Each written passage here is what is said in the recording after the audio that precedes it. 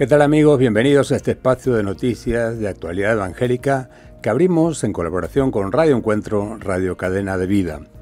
Hoy tenemos el placer de recibir en nuestros micrófonos a un autor que ha cautivado a decenas o cientos de miles de lectores en todo el mundo con sus novelas históricas cargadas de emoción, sensibilidad y un profundo compromiso con la memoria y la cultura.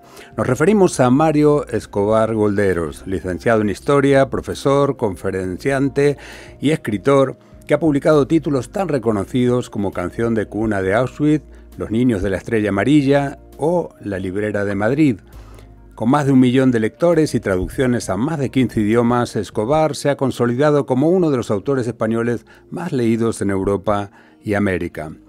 Hoy viene a hablarnos de su más reciente novela, La guardiana de libros, una historia ambientada en el Berlín de 1933, donde una joven bibliotecaria, Helen Nathan, arriesga su vida para proteger los libros que el régimen nazi pretendía destruir.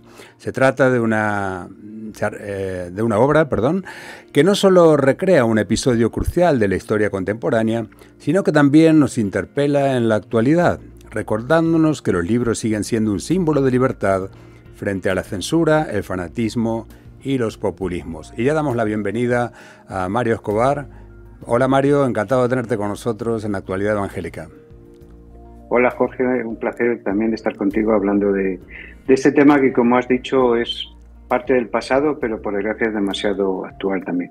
Pues vamos a hablar de ello y te agradezco esta oportunidad de poder reencontrarnos después de algún tiempo. Lo que pasa que el tiempo en que no te entrevisto, pues tú sigues escribiendo y publicando libros. No damos abasto a veces a seguir tu trayectoria, prolífica trayectoria, exitosa trayectoria, pero me alegro mucho por esta nueva novela. Y quería preguntarte, para empezar, ¿cómo es que nació en ti la idea de escribir La guardiana de libros? ¿Qué te atrajo de la figura de Helen Nathan? Pues había terminado una novela que también me ha dado muchas alegrías, que es una historia en parte basada en hechos reales, que es La librera de Madrid, pues un poco como el aumento del fascismo, ¿verdad?, del nazismo en Alemania. Había traído una alemana a Madrid en los años 30, Madrid y España eran un sitio de esperanza, ¿no? Porque mientras que estaban cayendo las democracias en otros sitios, en España había nacido una república, ¿no? La Segunda República, con todo lo que eso conllevaba, pero ese sueño se trunca por la guerra civil, por el fanatismo de uno y otro lado, por el golpe de Estado que produce el ejército y luego la dictadura posterior, y pues me parecía que no se había tratado tanto ese periodo de entreguerras alemán. Se ha sacado mucha novela sobre Segunda Guerra Mundial, sobre los campos de exterminio, de concentración. Yo he sacado varias novelas sobre ese tema, pero todo se gesta en muy poco tiempo, ¿no? El libro se concentra del año 33 especialmente al año 40, aunque bueno, también se desarrolla hasta el 45, pero si pensamos en 7 años, o sea, no fue ni una década, el ascenso de los nazis al poder consigue destruir la República de Weimar, hacerse con el control absoluto.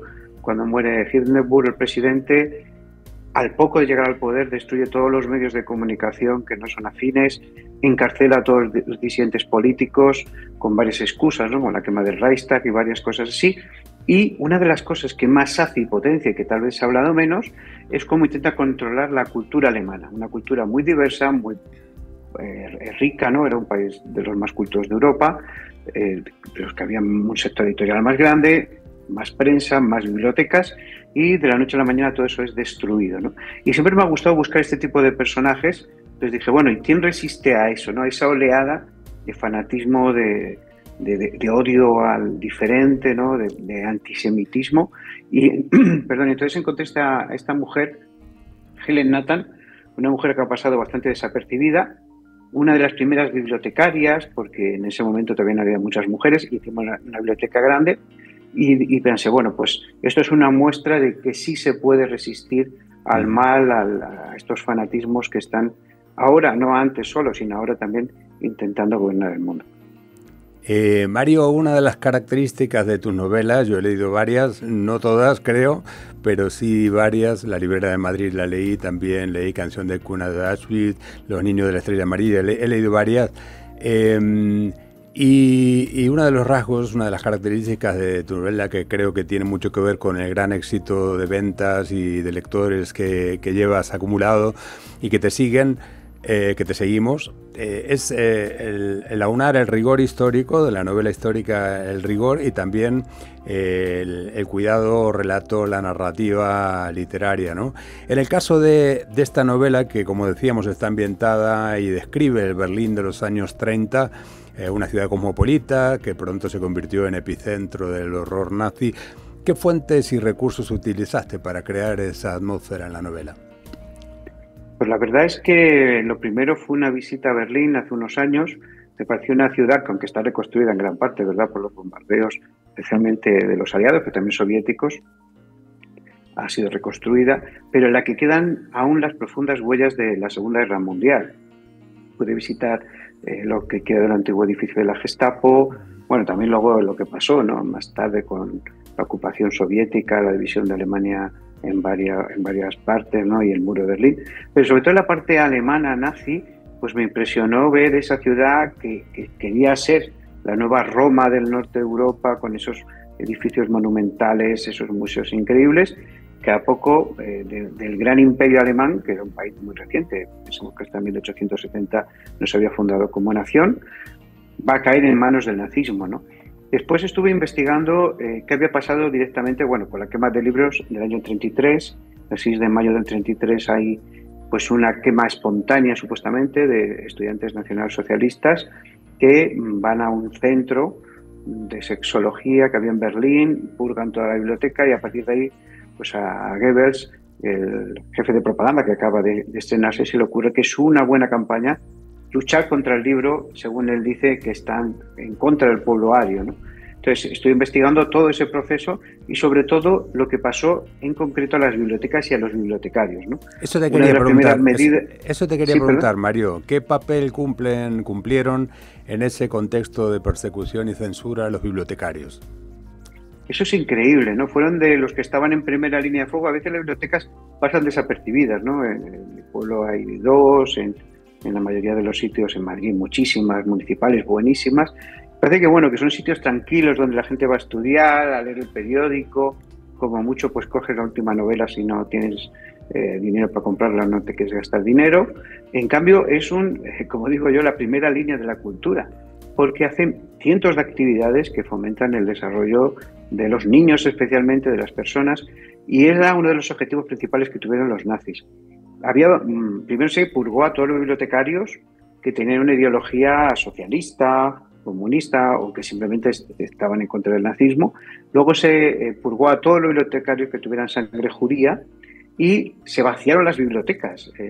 Empezaron a quemarse, destruirse libros. ¿Por qué? Porque se dan cuenta que era una fuente, un foco de conocimiento, ¿no? En ese momento es cuando pues, la protagonista se da cuenta de lo que está sucediendo, y no solo ella, sino hay varios sitios en el mundo en el que se intenta frenar esta destrucción de libros alemanes. Por ejemplo, uno es París y otro es Nueva York, en Estados Unidos, donde se van a crear dos bibliotecas de esos libros prohibidos que los nazis están destruyendo, por si acaso logran destruir todos, que se puedan volver a recuperar y reconstruir, ¿no? Pero la quema de libros y de bibliotecas ha sido algo muy común en la sociedad para destruir una cultura o manipularla.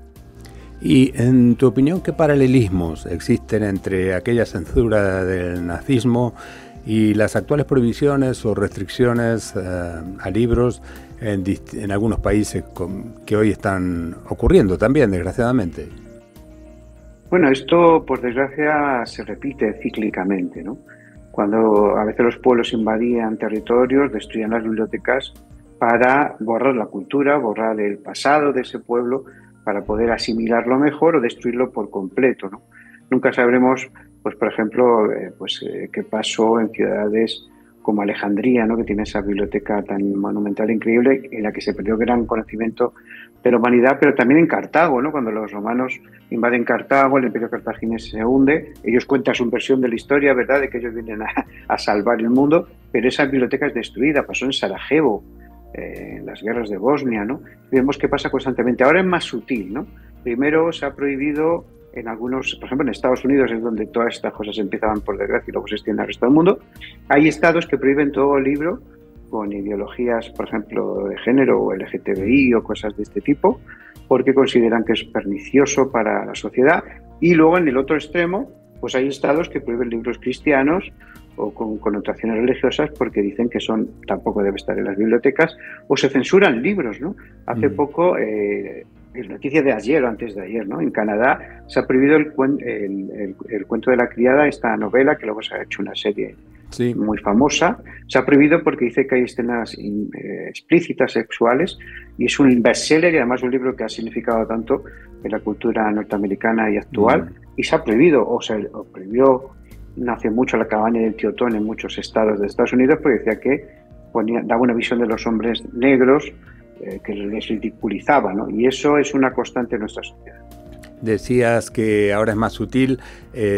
Bueno, podríamos debatir un poco qué tan sutil a veces son este tipo de prohibiciones o censuras contemporáneas o obstáculos, ¿no?, a la publicación. Muchas veces se trata de eso.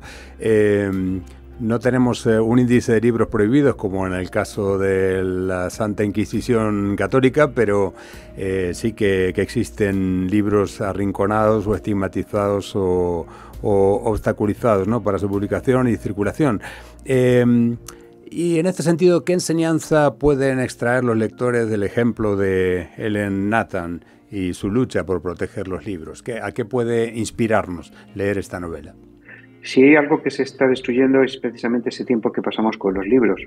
Las redes sociales, el móvil, está impidiendo. A veces leemos en móviles o escuchamos audiolibros, como hago yo, pero muchas veces nos roban un tiempo increíble. No sé si has leído Momo, Los ladrones de tiempo, que surgen en esta novela, que es parece una novela infantil, pero que tiene grandes connotaciones actuales, ¿no? Hay ladrones de tiempo que nos están robando un tiempo de calidad, tiempo de meditación, de reflexión, de lectura. Y ese es el primer peligro que vemos. A veces ya no es solo la censura, ¿no?, sino la sustitución por vídeos rápidos, por comentarios simples, que al final muchas veces promueven propaganda pura, ¿no?, y extienden ideas nocivas o sesgadas de lo que pasa en la sociedad. Y la lectura, en cambio, nos hace pararnos, reflexionar y tomar nuestra propia opinión. Y creo que ese es uno de los grandes peligros de nuestra sociedad. Gente como Ellen Nathan lo que hace es, frente a la propaganda, que ya empezó en esta época, además se llamaba así directamente, pues anteponer la verdad y la realidad que hay en los libros, ¿no? Y creo que ese es una de las razones por las que hemos de leer. Debemos despertarnos, ¿no? Es como si estuviéramos adormecidos, atontados, ¿no?, por estos instrumentos, y que, en cierto sentido, la literatura y los libros nos pueden despertar. Mario, como historiador que eres y también desde tu visión como cristiano protestante, que también profesas la fe cristiana evangélica, ¿qué importancia le concedes a la memoria frente al avance de ideologías autoritarias en el siglo XXI, que desgraciadamente estamos viendo que están en pleno auge? Pues vemos una cosa curiosa, ¿no? Dios es un Dios de la memoria, ¿no? Le dice a su pueblo Israel que recuerde, que enseñe sus preceptos, mandamientos, pero también la historia a sus hijos y a sus nietos. Es un mandamiento, ¿no? La memoria es una obligación, y nosotros como cristianos también estamos obligados a recordar a los que nos han precedido, tanto en la fe como en el Antiguo y Nuevo Testamento, ¿no? No solo la historia de la Iglesia, sino también recordar pues cualquier momento en el que se ha luchado por la verdad, por la justicia, por la paz, ¿no? Y en medio de eso pues hay un ascenso de los totalitarismos que repiten curso, ¿no? Después del siglo XX tan terrible, el siglo XXI se les llama pues religiones políticas, porque son más que una simple ideología, ¿no? Son personas que practican una fe laica supuestamente, aunque se idolatriza o se idealiza a sus líderes, y es un gran peligro para la humanidad. Vimos lo que pasó en el siglo XX, 2 guerras mundiales, la Unión Soviética y tantos países comunistas que destruyeron pues millones de vidas y culturas enteras, y esperemos que no volvamos a repetir este terrible error, ¿no? Pero la única manera es reflexionar, leer, darnos cuenta de las noticias, juzgar las cosas antes de tomar decisiones y no movernos por impulsos y emociones como pasa en la actualidad. Tú has escrito varias novelas ambientadas en momentos muy oscuros de la historia. ¿Qué es lo que te mueve a volver una y otra vez sobre el tema de la resistencia humana frente a la barbarie? Creo que hay que asomarse al abismo de la historia para no solo comprenderla, sino para intentar evitar que se repita, ¿no? Este periodo es muy oscuro, pero también nos muestra, ¿no?, las consecuencias de lo que genera el odio, el desprecio, la xenofobia, pues el antisemitismo. Y en cambio parece que el ser humano no aprende la lección. Siempre digo que la gran revolución pendiente es la revolución del amor, y es curioso que Jesús fue la revolución que propuso, ¿no?, en medio de una sociedad en la que vivía, que era muy violenta, en la que había fracciones sectarias que se peleaban entre ellas, en la que había un imperio también que dominaba el mundo y que era muy cruel con los pueblos que se rebelaban. Él pronuncia un camino aún más excelente, ¿no?, que Pablo también, el apóstol Pablo también confiesa, que es el camino del amor, ¿no? No es un amor tontorrón ni un amor simplón, ¿no?, sino es el amor que se da y se entrega aún por los enemigos, ¿no? Ama a tu enemigo y lo convertirás en tu amigo, ¿no? En cambio, si vamos en esta línea del talión, ojo por ojo y diente por diente, pues al final todos acabaremos tuertos y acabaremos muertos. La historia con sus luces y sus sombras, muchas sombras, pero también gente brillante como hombres y mujeres que han destacado por su contribución a la paz, muchos de ellos inspirados en la fe que has mencionado, en la fe, en los valores del Evangelio, que han dado lugar también, por ejemplo, a la Declaración Universal de los Derechos Humanos y a tantas iniciativas que tienen que ver con la cultura de la paz, ¿no? También es el caso de la guardiana de libros, de Helen Nathan, este personaje de esta nueva novela, y a la que estamos seguros de que va a tener un gran tirón también por parte de los lectores, va a tener una gran aceptación, y por mi parte todavía no lo he leído, pero espero hacerme con un ejemplar muy pronto. Antes de terminar, me gustaría preguntarte, Mario, si tienes algunos otros proyectos literarios entre manos, en marcha, y cómo se relacionan con esta línea de compromiso con la memoria y la libertad. ¿Vas a seguir en esta línea? ¿Tienes algún proyecto en marcha ya? Sí, tenemos un libro que sale para marzo, seguramente, del año que viene, para los Estados Unidos y para todo el continente americano, y no sé si llegará aquí un poco de ese libro, que es sobre el teólogo alemán Bonhoeffer. Se llama El precio de la gracia, como uno de sus libros más famosos, y es su vida novelada, ¿no?, para que veamos también la lucha de un teólogo, de un cristiano en el corazón mismo de Alemania, ¿no? Como pasa con Helen, ella lo hizo en el mundo cultural, él lo hizo en el mundo de la fe, de la religión, y como él, pues su formación en Nueva York, su visita a Estados Unidos, su visita a Inglaterra, le abre, ¿no?, a una nueva espiritualidad, en un momento en que la teología liberal estaba destruyendo las bases de la fe cristiana y había empezado además en Alemania. Él se niega a esto y descubre una nueva espiritualidad, y cómo esa espiritualidad le lleva a luchar contra el mal y contra el nazismo. Entonces esta novela con VIH, si Dios quiere, saldrá para marzo del año que viene, y creo que es otro testimonio vivo de lo que está sucediendo, ¿no?, cómo el cristianismo no puede aliarse ni unirse a una ideología política porque los resultados son terribles, ¿no? Muchos cristianos alemanes pensaron que el nazismo era la solución y vemos cómo acabó la cosa, ¿no? Pues la verdad que ya tengo ganas de leerla, todavía no la tienes escrita, pero me interesa muchísimo el tema y desde luego evidencia pues tu interés por pues es por eso, por darnos recursos literarios, hacernos recordar la historia con rigor, pero también de la forma amena, el recurso de la novela, que también se te da también, que has cultivado y como escritor de una forma tan brillante y que te está dando tantas alegrías, ¿no?, tantas satisfacciones. Pues gracias, Mario, por estar con nosotros. Sé que tienes cosas que hacer y te agradezco por este tiempo que nos has dado, y bueno, estaremos pendientes de estos nuevos proyectos que tienes entre manos, deseándote lo mejor, el mayor de los éxitos a la guardiana de libros.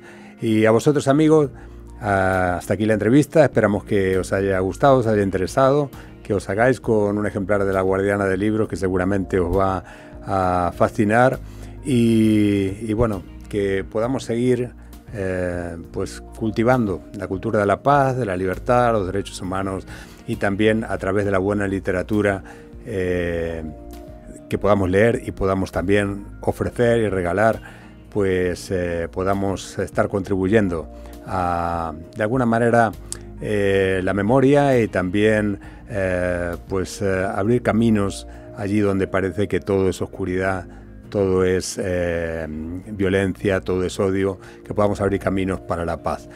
Que Dios les bendiga y hasta la próxima. Recuerden que pueden ver todas nuestras entrevistas, esta incluida y otras anteriores, en nuestra página de YouTube, Actualidad Evangélica, YouTube. Allí nos encuentran. Gracias, que Dios les bendiga.